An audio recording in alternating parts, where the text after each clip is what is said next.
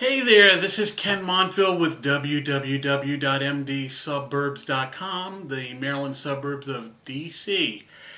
Hey, I'm a little down today, and really the reason is I was recently let go by a past client of mine who actually called me up with a referral.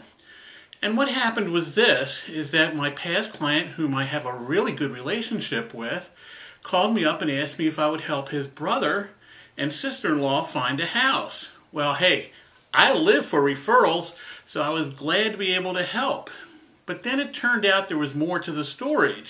What happened was that the brother had had a foreclosure, some bad credit, and so on. The sister-in-law was in school, so she wasn't working or creating an income, so they couldn't really get a mortgage.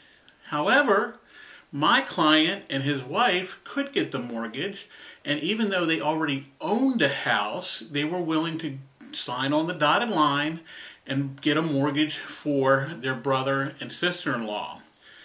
Now, this is kind of a risky thing because it means that actually my client and his wife were buying a second house, and that even though his brother and sister-in-law were going to be living in the house and making payments, if they ever stopped making payments, they've lost a job or had a baby or got sick or any number of things, my client would be on the hook for 2 mortgages.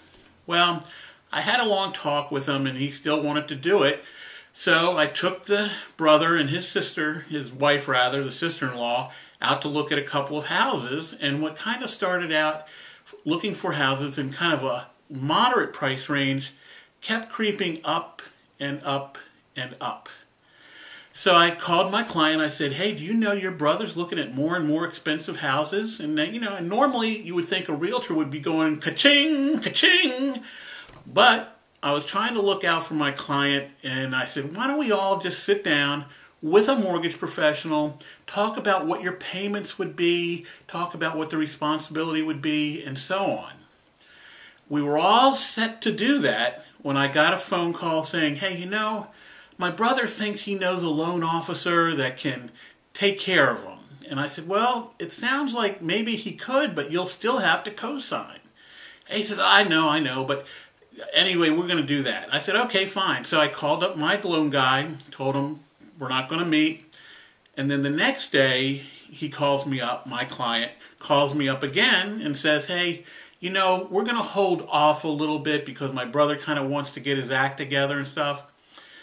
And I don't know if you've ever been on a date before where the person that you went on a date with says, hey, I'll call you. Well, that's what kind of hold off means in code for us realtors. So I knew that basically what they were going to do is look for another loan, another realtor, and my client, was going to go ahead and get himself on the hook for a second mortgage. Now here's my question for you. Do you think I should have taken the time to sit down with my client, explain the risk, explain the responsibility, explain exactly what he was getting into, or should I have just gone ahead and done the job, let him go ahead and get the mortgage, let him brother go ahead and buy the house, and live off, happily ever after, pick up my commission check and smile all the way to the bank? It's a fine line. Sometimes you got to say, well, they have the personal responsibility to look after themselves. But on the other hand, I feel an obligation to tell my clients the truth, even if it means losing the job. So let me know what you think. Should I have told them the truth and talked to them about the risk, or should I have just basically gone ahead and done the job and picked up the check? All you have to do is click on the link that says comments. I'd be interested to know what you have to say. And you can also visit my blog at www.mdsuburbs.com. I'm Ken Montville. Hey, thanks a lot for listening. Bye.